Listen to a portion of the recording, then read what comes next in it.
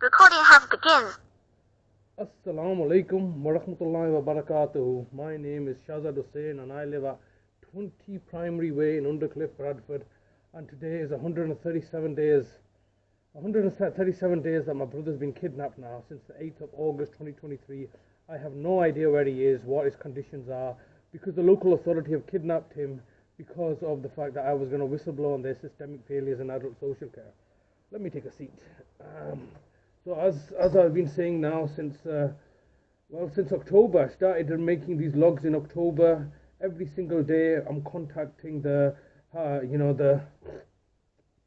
every single day I'm contacting the police, the council, both social worker and solicitors.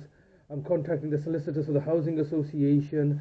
Trying to have a regular contact with the Her Majesty's Courts and Tribunal Services and everybody, and yet everybody is colluding and conspiring in order to promote and maintain a narrative and an agenda that's totally into the local authorities' best interest and their narrative in order to achieve their objectives, which are to maintain this contrivance in order to maintain this contrivance that they are doing all that they're supposed to be doing, when the reality is far from the when the reality is far from the truth. Oh, I just wanted to check whose car that is. Yeah, as you can see, it's wet and cold outside today.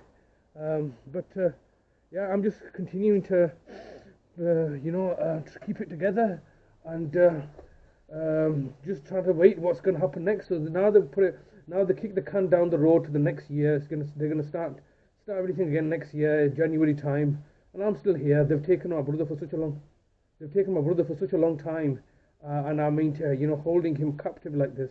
And it can't be remain like this indefinitely. I keep on telling them, look, you're going to end up killing him, as you've killed and murdered my mother previously, my older brother before that. They just simply don't care. They're simply above the law, and they just basically get me to run around like a headless chicken while they look plot and plan and conspire. And this plotting and planning and conspiring has been going on actively now for 10 years, directly, whereas previously it's been quite indirect through proxies and through subterfuge. But however, from I believe July, August 2012, it's been ongoing. So it's just one case after another case after another case since August. I would say definitely since August 2012 until December 2023. That's a period of over 11 years. About 11 and a half years. What did we say? 10? 2022, yeah. 11 and a half years that they've now been kicking the can down the road and vilifying and persecuting and oppressing me directly through one litigation action over another litigation action.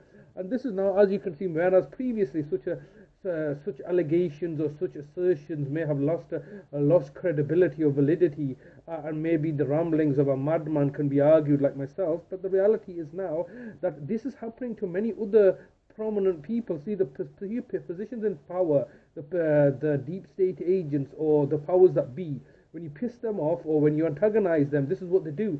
I'm not the only one they're doing this to, am I? I mean, I don't want to put myself in the same category or league as a prominent politicians, such as, let's just take for example, Donald Trump.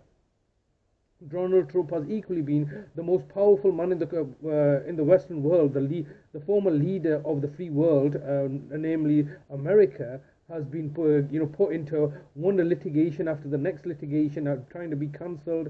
Is it not true? I mean, are they not hounding him and persecuting him? And I know the fact that recently that his solicitor friend or his associate Giuliani. Rudolph Giuliani, I think Giuliani, has also been penalised financially in the tunes of several hundred million pounds in litigation fees. And so that's what they try to do. They try to discredit you through litigation action, and that's what's been happening to me ever for the last 11 years, or one case after the other. And as a consequence, I've been trying to hold it together. So there's one individual that they're cancelling. There's another individual, let's just say Imran Khan, the leader of the Pakistan, who's also, I believe, is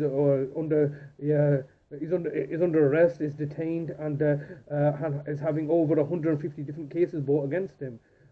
Okay, another person, Andrew Tate, like I said, I don't want to put myself in the same league as these people because obviously they're world renowned. I'm nobody, but you can see that it's not it's coming up to being exactly a year since they arrested him and not even like started any criminal proceedings yet. So you can see how the law works there. I know the prominent people such as Russell Brand and Elon Musk are now also being targeted and cancelled, and obviously they're not looking to face any jail time. But can you understand that it's a very serious possibility that they're trying to get Donald Trump into jail? They've already got Imran Khan into jail. They're trying to get Andrew Tate into jail. And what they've done to me is exactly the same. They've been targeting and victimizing me, and have put me into jail several times. I wanted to do it again, and that's only the thing they can do because I'm looking to expose their lies and corruptions, and as a consequence, me and my family are suffering as a consequence. And they're going a step further with myself because, like I said, I've been here a lot longer than these newcomers. And when I say newcomers, I mean all the aforementioned named individuals. This has only happened to them in the year, 2 years, 3 years ago. This has been happening to me for the best part of 20 years or 23 years, where I've been for the first 10, 12 years, it's been covert, clandestine manipulation and the degradation, and then subsequently after the since, like I said, I think from the year 2000 or 2002, definitely when I was initially arrested. So that first 2 years was leading up to it, and then from December 2002 until August 2012, that's a period of 10 years, isn't it? Yeah. They've been covertly or clandestinely oppressing me and manipulating me and hoping the fact that I would fall apart and break. But when I didn't, then in August 2012, they became more, what's the word, more direct.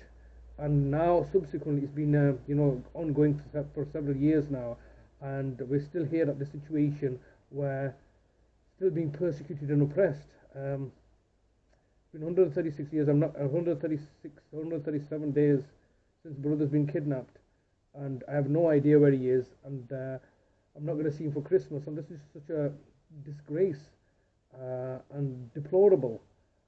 But what can one do but patiently persevere and take it on the chin and just roll with the punches, as they say. They're trying to continue to target me like they're targeting these prominent people, and I'm still fighting my own corner as best as I can. So I think we should just leave it there. It's kind of down and depressing knowing the fact that I'm not going to be able to see my brother this Christmas. I've not been able to be with him for his birthday, Christmas, New Year. It's all going to be basically, they're just taking control of him and refusing to allow me any access to him. So it's very disheartening. So I think we just leave it there. So I'm not going to kill myself, not suicidal, and Allah Hafiz until tomorrow.